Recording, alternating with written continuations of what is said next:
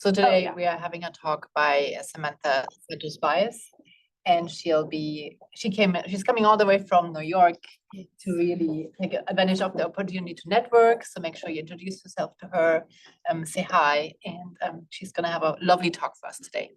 And Alyssa's gonna introduce us. Thank you, Steffi. It's such a pleasure to have you in person. It's so exciting. Dr. Samantha Santos Baez got her medical degree from University Autónoma de Santo Domingo, and she has been deeply involved in research in metabolic health, and in particular, lipid metabolism and nutrition. We're always very excited when physicians study nutrition because it's such an underrepresented field.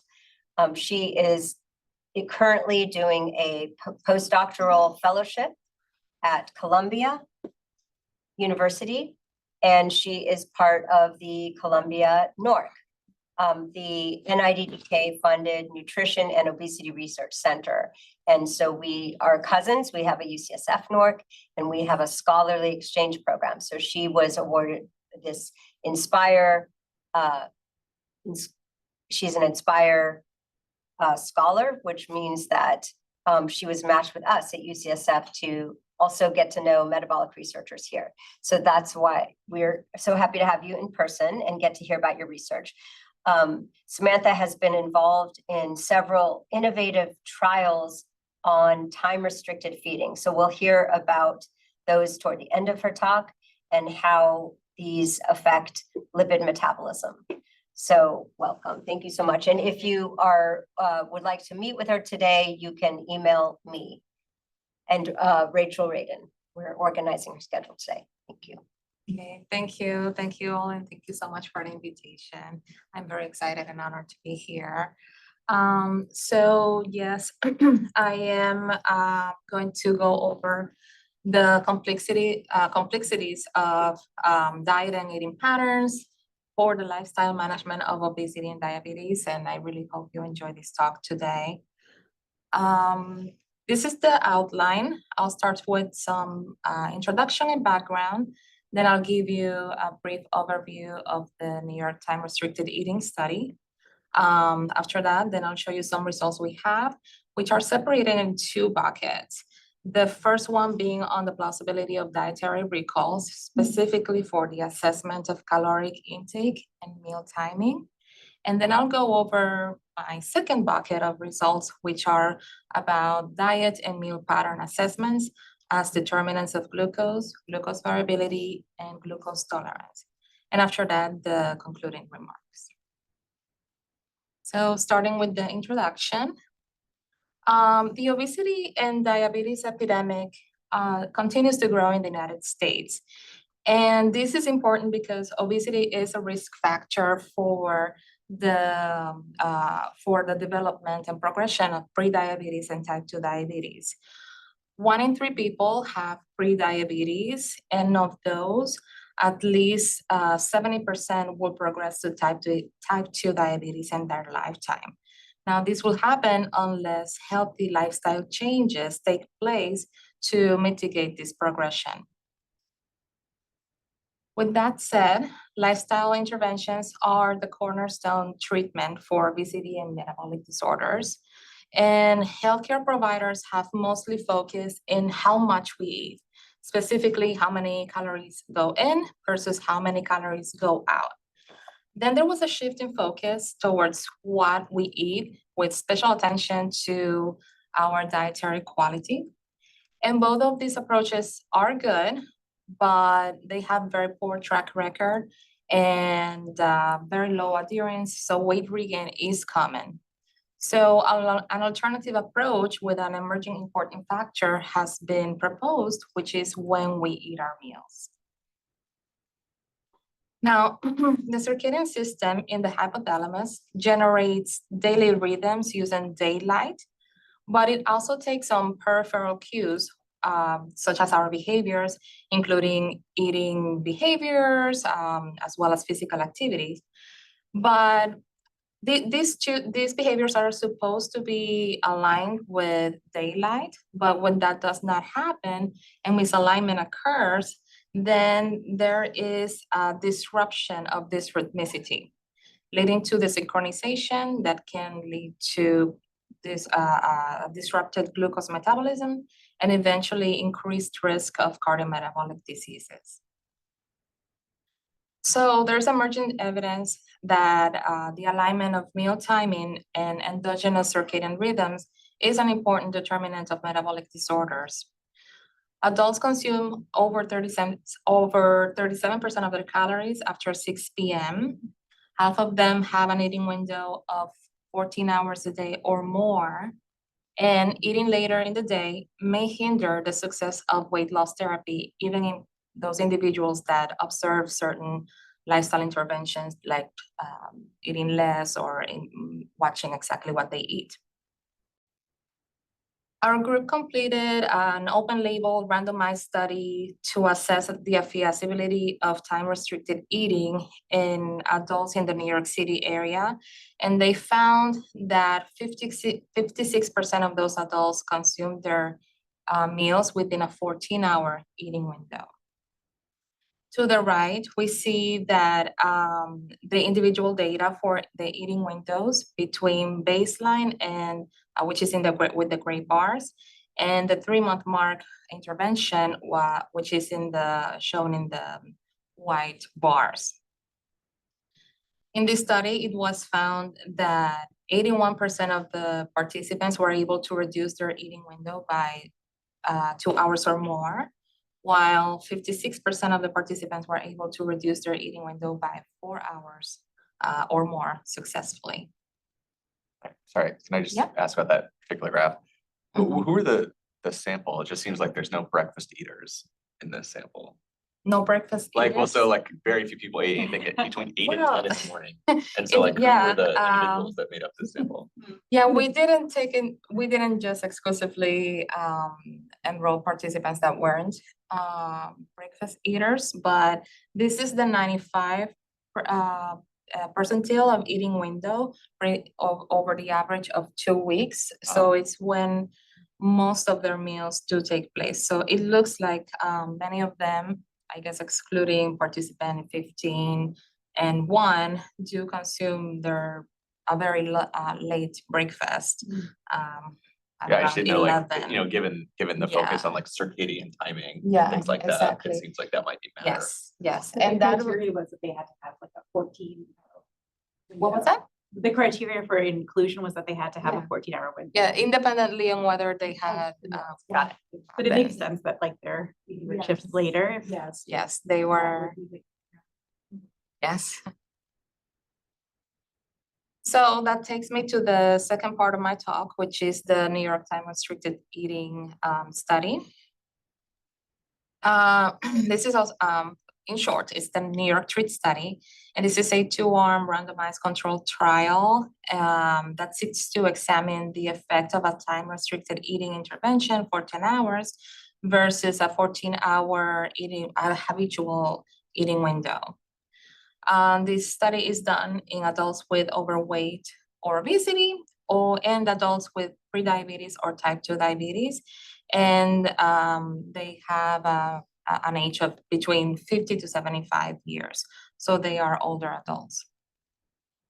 The main hypothesis of this study is that TRE will result in a higher reduction of weight and fat mass, and this will be mediated by changes in energy intake. The study has a total duration of 12 months, and there is a 2-week assessment baseline immediately before randomization. This 2-week assessment is repeated at the 3-month mark for the assessment of efficacy, and then again at the end of the 12-month mark for the assessment of sustainability of the intervention. Now, the 2-week assessment is very involved, so I'm going to walk you through it. It's very involved, I say that because it involves several in-clinic visits as well as in-person visits. Free living condition assessments. And for example, on day 1, they come to the clinic and they are instructed on how to complete up to 6 dietary recalls. And those dietary recalls have to be completed with at least on 2 non-consecutive weekdays and 1 weekend day. On day 1, they're also instructed on how to use the MCC smartphone application for the assessment of meal number and timing. And the use of this application is taking photographs all of their meals over the entire 2-week period on a daily basis. They're also matched with body sensors, which include the continuous glucose monitoring system, or CGM, for the assessment of interstitial glucose every 15 minutes, as well as an actigraph for the assessment of sleep and physical activity during the entire 2 weeks. We also have state-of-the-art methods, which include the doubly labeled water technique for the objective assessment of energy expenditure. This is the gold standard for the assessment of energy expenditure. And what we do is we provide all of the participants with a drink on the stable isotope drink on day 1. And then we assess the rate of elimination of the stable isotopes over the 2 weeks with urine samples on between day 1 and day 13 as a measurement of energy expenditure. We also assess fat mass using a quantitative magnetic resonance, or QMR, and we obtain this on day 1 and day 13 for the assessment of energy, any changes of energy stores. The reason we use this particular technique is because it's highly sensitive of as little as 50 grams change in fat mass over the 2-week measurement. Finally, on day 14, participants do return to the clinic, and on this day, they undergo an oral glucose tolerance test, or OGTT, where they receive a glucose drink, and then we obtain serial measurements of their blood in fasting conditions, as well as 2 hours postprandially for the assessment of glucose. Lastly, I'll show you the last portion of my results, which are determinants of glucose, glucose variability, and glucose tolerance. For this first part of the results, I'll show you one of our studies, which is where we assess the diet and meal pattern determinants of glucose levels and variability in adults with and without prediabetes or early onset type 2 diabetes. This was a pilot study done with 26 participants of the New York Treat trial, and 14 participants from a different pilot study, which is a healthy cohort without overweight or obesity, and without prediabetes or type 2 diabetes. And the main goal of this study was that we wanted to investigate what are the associations between meal patterns and dietary intake with glucose in free living conditions in those individuals. In both studies, the free living condition measurements were the same, as we use CGM for the assessment of interstitial glucose, as well as dietary recalls and meal timing measurements with a real-time photograph. The outcomes of this study were the CGM, some of the CGM variables. These include mean glucose over the 2-week period, as well as glucose variability variables. These include MAGE, which stands for mean amplitude of glucose excursions, excluding readings greater than 1 standard deviation. We also measured LAGE, which is the largest amplitude of glucose excursions, and the standard deviation of glucose over the 2-week period. For the predictors, we assess the mean and standard deviation of caloric intake, as well as macronutrients, such as carbohydrate and protein. And another part of the predictors were meal patterns, which include the mean and standard deviation of the number of meals, the eating window, the first and last eating occasion. So there were no differences in sleep or physical activity between both of these groups, but the group with dysglycemia was older. The 3 of them had diabetes, They had higher weight and higher BMI. And these reflect the inclusion criteria for each study. Now for dietary intake, there were really no differences between groups. And the only difference we found was that the younger healthy cohort consumed more alcohol over the 2-week period. Here in this graph, we see the glucose fluctuations over 2 weeks for all of the participants. In black, we see the healthy group, while in teal, we see those in the dysglycemic group. And although we did notice that there were higher fluctuations in glucose readings for the dysglycemic group, there were no differences between groups for the mean glucose, MAGE, LAGE, or standard deviation. Interesting. Yeah. And what were those common spikes? Is that breakfast or in the I cannot tell from this graph per se, but the spikes did occur after eating occasions in all of the participants, except in the rare occasions where the glucose curves weren't visible in certain participants. Here are. Is there such thing as, like, for someone who doesn't have a glucose spike, instead of just thinking about insulin resistance, thinking about like enhanced insulin sensitivity? Yeah, but it can also depend on what they ate specifically. If the meal didn't have any carbohydrate load, for example, it will not show that much of a spike. Even the order of their meal can affect the spike. If they have a bite of the carbohydrate meal first, or if they have the bite of steak first, it can affect the spikes as well. So here are more results, and as expected, there was a positive relationship between carbohydrate intake, sugar and its variability, as well as sugar to carbohydrate ratio, and markers of glucose variability in participants in the normal glycemic group. Likewise, we found that there was an inverse relationship between fiber to carb ratio, and protein intake in the normal glycemic group as well, with markers of glucose variability.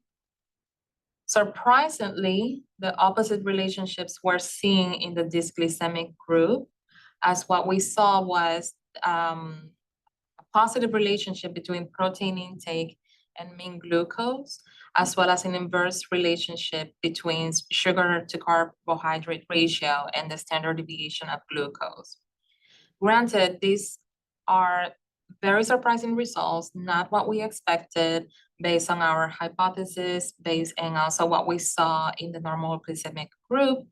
But granted, this is a pilot study with a small number of participants, which may explain those paradoxical findings. We also examined the eating patterns for both groups and found that the last eating occasion was positively associated with the standard deviation of glucose in the normal glycemic group, and the higher variability of number of eating occasion was associated with mean glucose in the dysglycemic group. These associations were present before and after adjustments by caloric intake and nutrient intake in both groups. So in summary, meal patterns interact with dietary composition and should be evaluated as a potential modifiable determinant of glucose even before prediabetes and type 2 diabetes appear.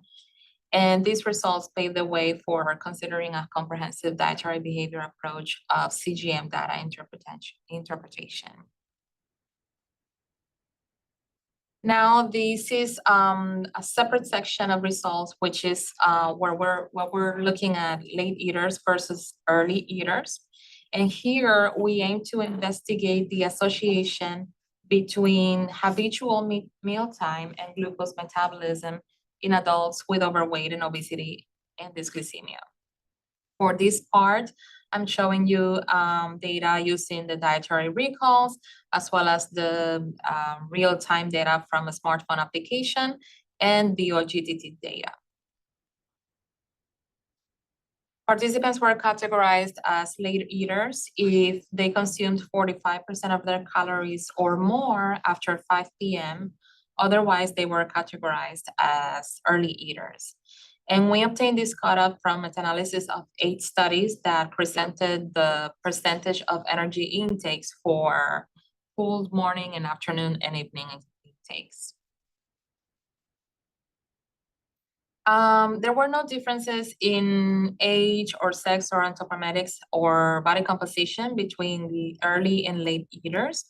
And there were no differences in overall 24-hour dietary caloric intake or macronutrient composition between both groups. What we did find interesting is that when you only take into consideration meals after 5 p.m., the late eating group didn't only have higher caloric intake, but their meals were also richer in fats and carbohydrates. Here is one of the glucose tolerance test curves. And what we saw is that late eaters also had higher glucose concentrations after the glucose drink. And especially at the 30 and 60-minute mark, this was significantly different. There were no differences in fasting glucose, fasting insulin, hemoglobin A1C, Matsuda index, which is a marker of insulin sensitivity, or HOMA-IR, which is a marker of insulin resistance between groups. But we did notice that there was the area under the curve for glucose and insulin was higher for late eaters, and the average glucose between 0 and 120 minutes was also higher for those in the late eating group. And here in this table are the results of our models, which show that these significant findings were present even after we considered body weight, fat mass, energy intake, and diet composition separately or combined. It's a big effect. Yep, yes. And it's surprising because even with a small n, we're able to see that. And has that been shown before? Time of late eating?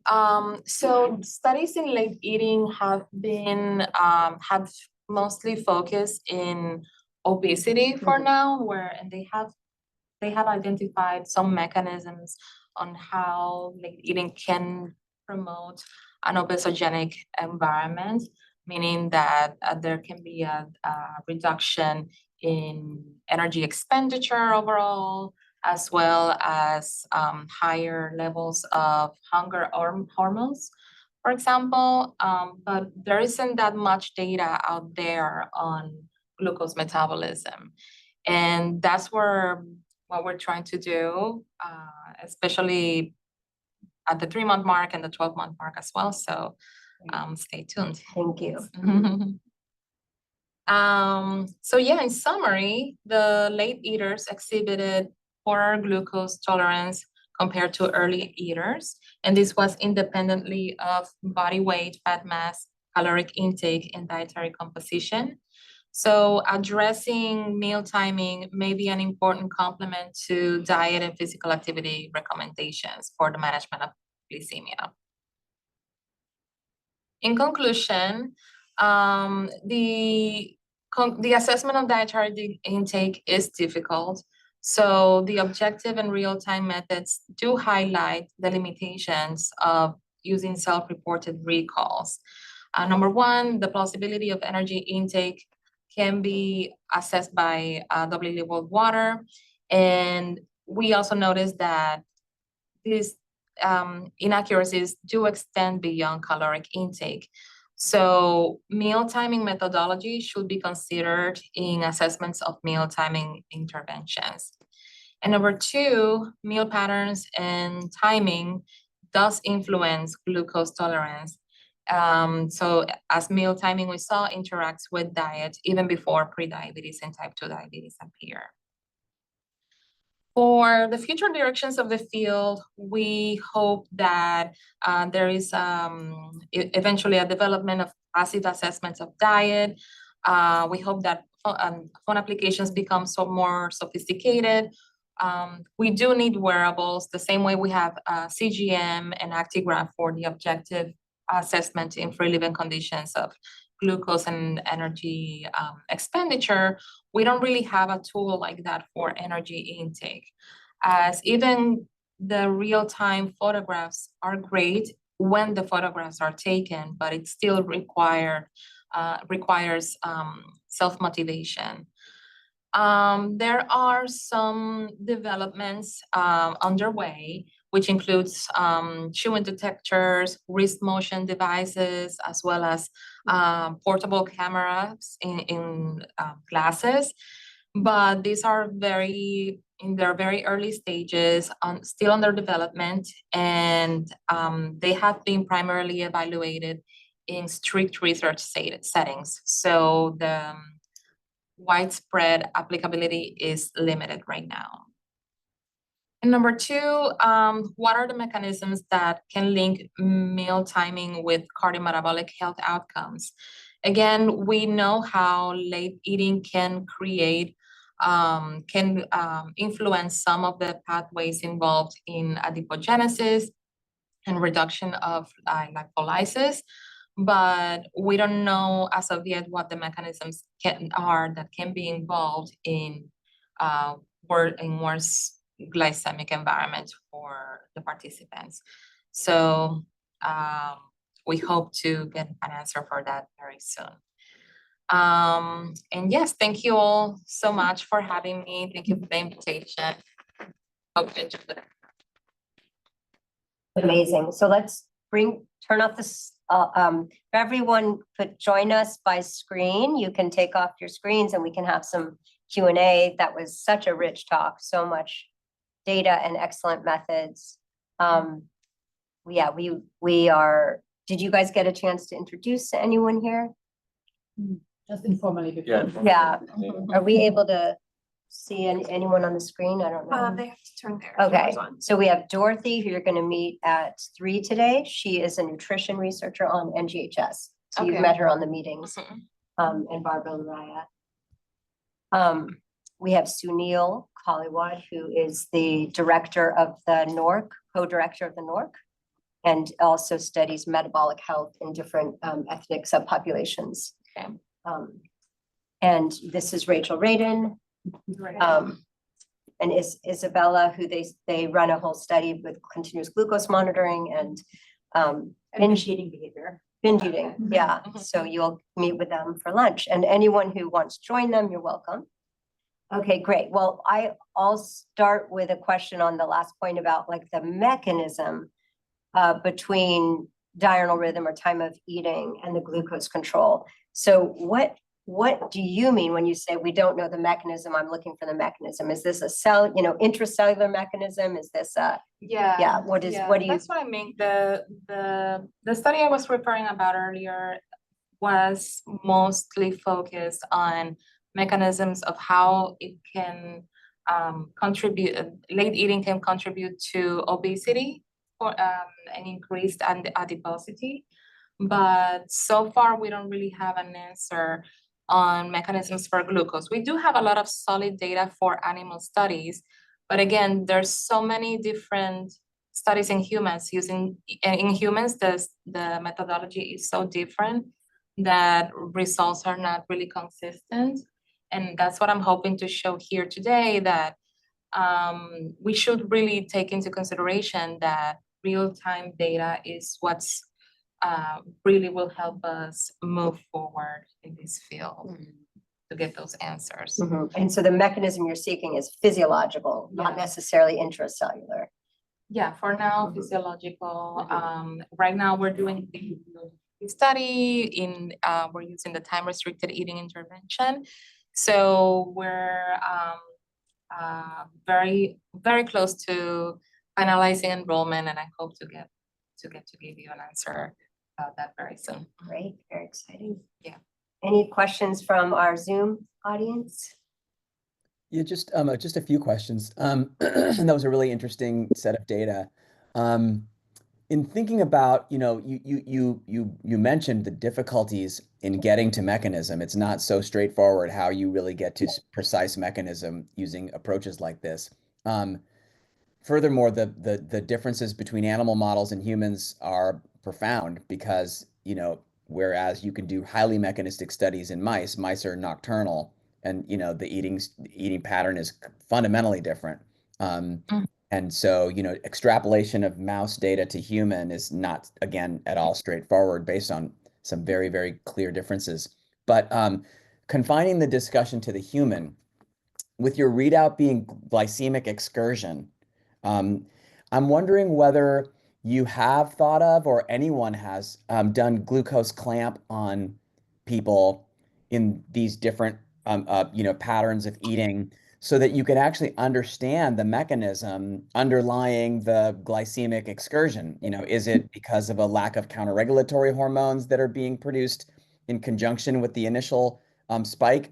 Is it a function of differences in insulin secretion in concordance with the meal that you give, or the glucose load that the person has in the test? Or is it a function of insulin resistance?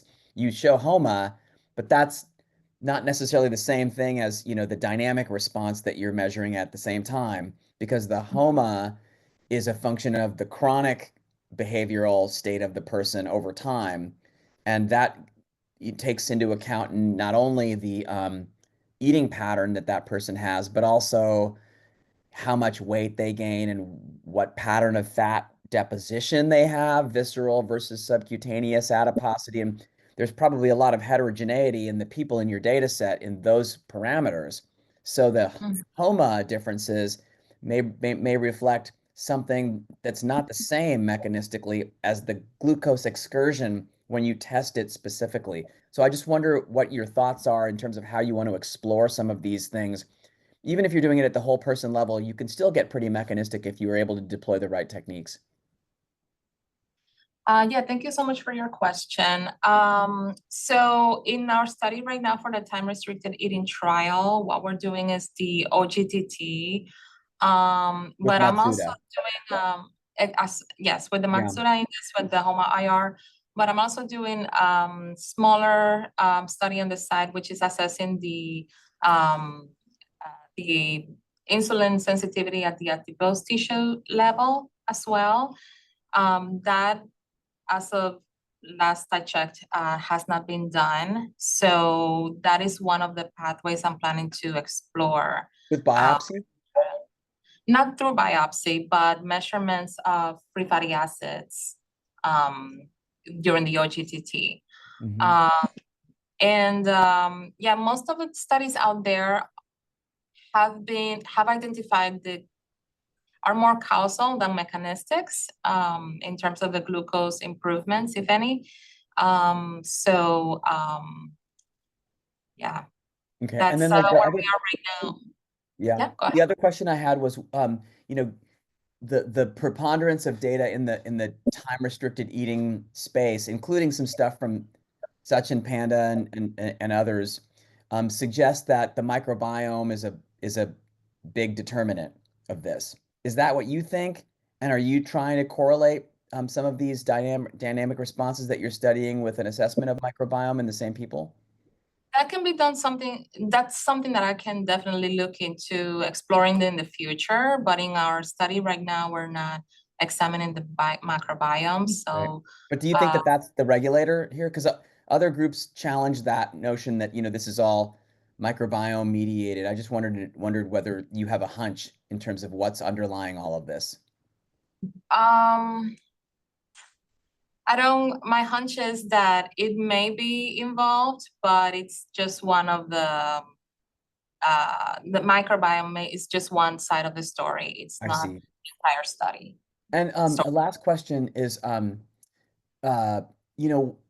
entrainment to a pattern of eating, whether it's late eating or early eating pattern, can have some then, associated adaptations that the person makes that can dictate the responses that you see. But I'm wondering whether you've ever tried taking people who are normally early eaters, and then making them eat late for a week or two, and then doing what you do with them after you've forced them to make that switch, or the vice versa switch. Take people who are late eaters, switch them to early eating, and see, what happens to these same responses when you take someone like that and switch them. That way, there's no time for adaptation. It's just the impact of the pattern per se, without any other downstream, subsequent compensatory adaptations that the person might have made over years of doing it that way.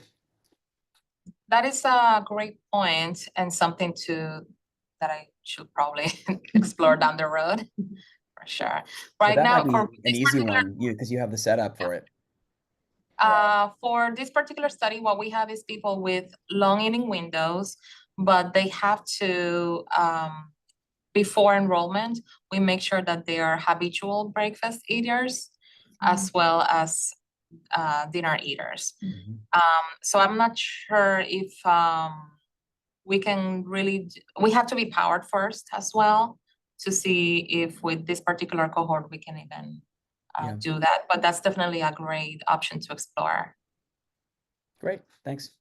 As well as adding a 2x2 for chronic stress. I'm curious too, like over the course of those 14 days, did you just inadvertently see any shifts in eating timing of eating window? You mean during the baseline? I thought it was over the course of 14 days, sorry, that you were observing glucose. But I'm just trying to clarify the question. During the baseline, if we saw any changes overall in the eating window, well, we calculate the eating window with over the entire 2 weeks, excluding those that are extreme entries. So we use the 95th percentile of all the entries. We don't use a daily eating window per se. I see. Okay. Yeah. Okay, last question. Anybody has a last question? I have a clarification question also. For the conceptualization you did for the early eater versus the late eater, is it something that is based on the data, like data driven, the cutoff time for the 5 p.m. for early versus later? Yeah, that was a meta-analysis that we took as the source of how to classify late versus early eaters. And in that meta-analysis, they found that it was with 8 studies, and they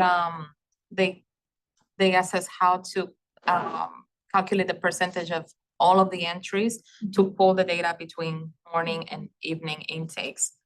That's how we ended up with that. There could be some factors, especially social and cultural factor for certain population, what time exactly consider for them early versus late. So it could have impact on the timeline and the cutoff that you have decided. I mean, the other population could be different totally in your population, in their culture, in their habits, in their rituals, and the other factor, which could also be considered for them. What is considered for other people early could be considered for them maybe late, but which is have impact also on the classification of the time too. And in addition to the biological factor, because some of the population have certain maybe disturbance or biological things with the cortisol or with the other factor, could be also impact on the cycle and their body and the rhythm and how the body actually considers this is early time versus late time too, because it's also biologically driven things too. So I mean, there is some contextual things around the classification for time, early versus late too, which could impact on the result. Yes, I agree. I mean, right now, this is just one stepping stone to start exploring that further.